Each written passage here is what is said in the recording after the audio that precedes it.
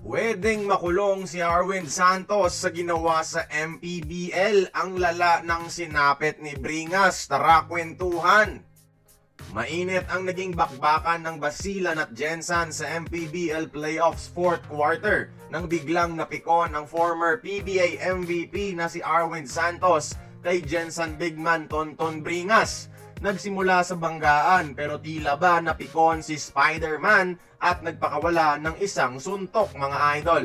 Sa pool si Bringas sa mata mga idol at dito nga na-eject sa laro itong si Santos. Pero yung resulta ng insidente ay pangit para kay Bringas. Ang lala ng sinapit ng kanyang mata na umabot pa sa puntong kailangan pang isugod sa ospital at lagyan ng IV line ng tao. Hindi ito basta-basta suntok lang dahil sa lakas ng tama posibleng madamage nito ang mga cranial nerves ni Bringas na posibleng maging sanhe ng mga problema sa mata or worse, pagkabulag. Huwag naman sana mga idol, no?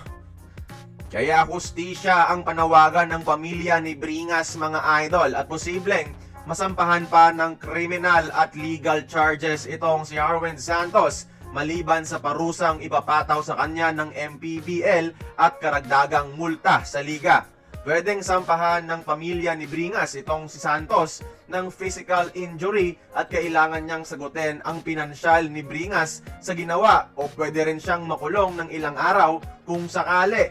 Kaya nakadepende yan sa pamilya ng biktima kung babanggain nila ang isang malaking tao sa lipunan gaya nitong si Santos. Niliteral ba naman ni Arwin yung meaning ng MPBL? Naging Manny Pacquiao talaga mga idol, no? Pero hindi madumi maglaro si Arwin. Sadyang natsyempohan lang na napikon. May hangganan rin ang tao mga idolo. Pero di ibig sabihin, excuse na siya sa suntok.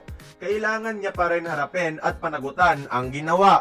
At tiyak, yan rin ang gagawin ni Spider-Man. Iniidolo pa naman siya ng mga kabataan at ng karamihan. Kaya, dapat niyang ipakita na hindi lahat perpekto. Minsan, nagkakamali tayo, pero gagawin pa rin ang tama sa huli. Sana magkaayos na sila.